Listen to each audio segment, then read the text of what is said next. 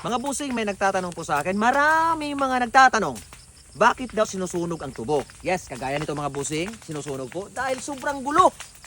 Dumaan po ang bagyong Tino, dumapa po ito, tapos ang dami-dami mga tuyong dahon. Kung hindi po ito susunugin sa buwan, ngayong buwan na ito, rush hour na po mga busing. So mahihirapan po ang magtataga nito, yung magtatapas ito yung ating mga tapasiro. Hahanapin yung puno kung saan nababanda at hahanapin yung dulo kung saan nababanda dahil sa sobrang daming mga tuyong dahon. Pero pinaka-the best po na pinakamabilis ngayon kasi ASAP, urgent, nagmamadali kasi next month, mag-a-announce na po ang mga centrals na magsasara na sila.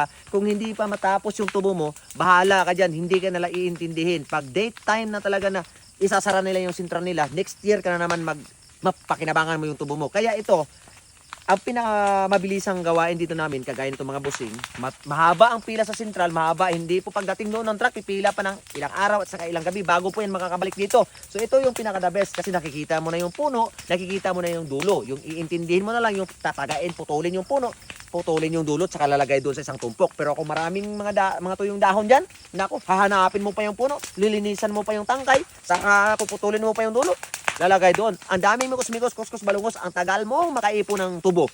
So, medyo atrasado, medyo madelay po yung trabaho. Kaya ito sunog na, kitang-kita yung puno, kitang-kita yung dulo. Isang taga sa puno, isang taga sa dulo, lagay doon, tapos ang usapan. So, ngayon po mga busing, ano ngayon isang tanong? Isang tanong ay, bakit sa gabi kayo nagsusunog? Okay mga busing, so bakit sa gabi kami nagsusunog? April ngayon, Fire Prevention Month. Ito po, masyadong crunchy. No? Yung dahon, saka matirik ang init.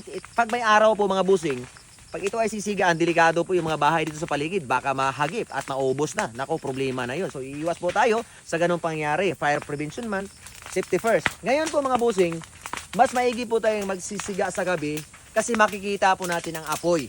Ayan, kitang-kita po ang apoy. Halimbawa, kagaya niya, may lumilipad. At dito yan papunta sa kabila, ito po ay hindi pa po ito susunugin kasi hindi pa po sila dito magtatrabaho. Pagkatapos dito, maputo lahat yan at may karga sa truck, nilipat sila dito. Halimbawa, yan may lumilipad na baga at mapunta yan dito mga bossing.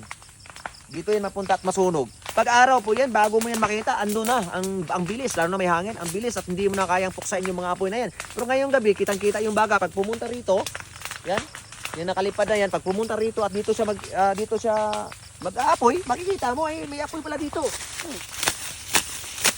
Oh, yan, ang daling makita ng apoy paggabi. Yun po mga bossing, ang reason kung bakit kami nagsisiga sa gabi. Ito, kagaya nito.